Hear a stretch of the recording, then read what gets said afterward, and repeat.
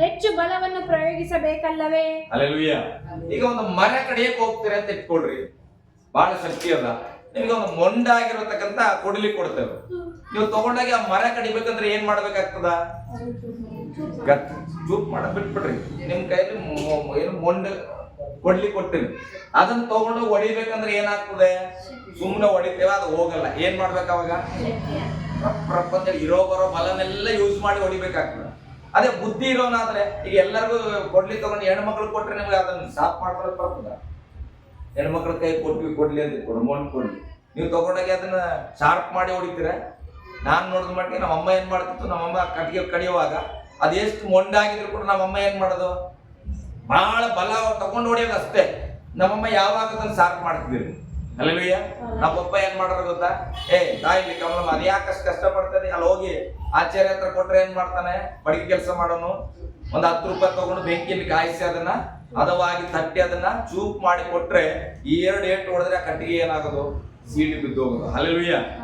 ಇದು ಅದನ್ನ ಚೂಪ್ ಮಾಡ್ತಾನ, ಅದು ಜ್ಞಾನ ಅಲ್ಲ. ಅವನು ಜ್ಞಾನ ಉಪಯೋಗಿಸಿ ಏನ್ ಮಾಡ್ತಾನೆ?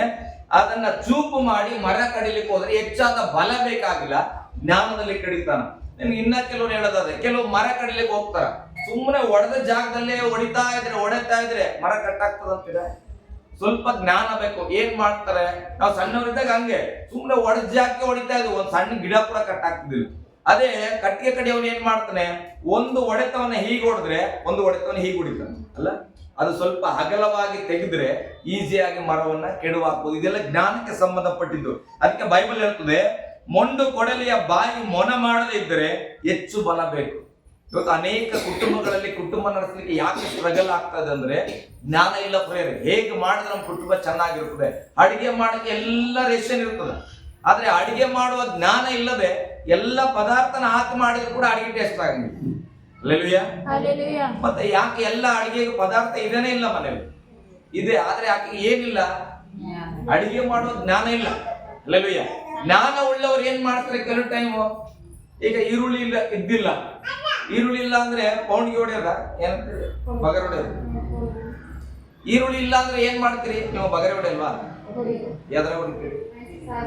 ಸಾಸಿವೆ ಮೆಣಸಿಕಾಯಿ ಅಥವಾ ಬೆಳ್ಳುಳ್ಳಿ ಕೂಡ ತಗೊಂಡು ಏನ್ ಮಾಡ್ತಾರೆ ಕೆಲವರು? ಜಜ್ಜಿ ಅದಕ್ಕೆ ಪೌಂಡ್ಗೆ ಯಾಕೆ ಮಸ್ತ್ ಟೇಸ್ಟ್ ಅಂತ. ನನಗೆ ಬೆಳ್ಳುಳ್ಳಿಯಲ್ಲೂ ಕೂಡ ಒಗ್ಗರಣೆ ಹಾಕ್ಬೋದಂತ ಗೊತ್ತೇ ಇಲ್ಲ ಇಲ್ಲಿ ಬರೋರು. ಹಲ್ಲೆಲೂಯ. ಜ್ಞಾನ ಇದ್ರೆ ಏನ್ ಮಾಡ್ಬೋದು? ಆ ಸಮಯವನ್ನ ಹೇಗೋ ನಾವು ಮುಂದುವರಿಸ್ಕೊಂಡು ಹೋಗ್ಬೋದು. ಇವತ್ತು ಅನೇಕರ ಜೀವಿತ ಜ್ಞಾನ ಇಲ್ಲದೆ ಅಜ್ಞಾನದಿಂದ ತುಂಬಿರುವ ಕಾರಣ ನಮ್ಮ ಜೀವನ ಬಹಳ ಕಷ್ಟಕರ ಅನಿಸ್ತಾ ಇದೆ. ಹಲ್ಲೆಲೂಯ. ಗಟ್ಟಿಯಾಗಿ ಹಲ್ಲೆಲೂಯ. ಮುಂದೆ ಒಂದು ವಚನ ಓದ್ವಾಗ ಅಲ್ಲೇ ಕಾರ್ಯಸಿದ್ಧಿಗೆ ಜ್ಞಾನವೇ ಸಾಧನ. ಹಲ್ಲೆಲೂಯ. ಒಂದು ಕೆಲಸವನ್ನ ಸಕ್ಸಸ್ ಮಾಡಿಕೊಳ್ಬೇಕಾದ್ರೆ, ಒಂದು ಜೀವಿತವನ್ನ ಸಕ್ಸಸ್ ಮಾಡಿಕೊಳ್ಬೇಕಾದ್ರೆ, ಒಂದು ಬಿಸಿನೆಸ್ ಅನ್ನ ಸಕ್ಸಸ್ ಮಾಡಿಕೊಳ್ಬೇಕಾದ್ರೆ ಬೈಬಲ್ ಹೇಳ್ತದೆ ಜ್ಞಾನವು ಅದರ ಆಯುಧ ಆಗಿರ್ಬೇಕು. ಹಲ್ಲೆಲೂಯ. ಬರೀ ಕೊಡ್ಲಿ ಇಟ್ಕೊಂಡು ಹೋದ ತಕ್ಷಣ ಶಾರ್ಪ್ ಆಗಿರೋ ಕೊಡ್ಲಿ ಕೊಟ್ಟ ತಕ್ಷಣ ಮರ ಕಡಿಯಕ್ ಆಗಲ್ಲ. ಹಲ್ಲೆಲೂಯ. ಅದಕ್ಕೆ ಆದ ಒಂದು ಜ್ಞಾನ ಬೇಕು. ಕೆಲವ್ರು ಏನ್ ಮಾಡ್ತಾರೆ?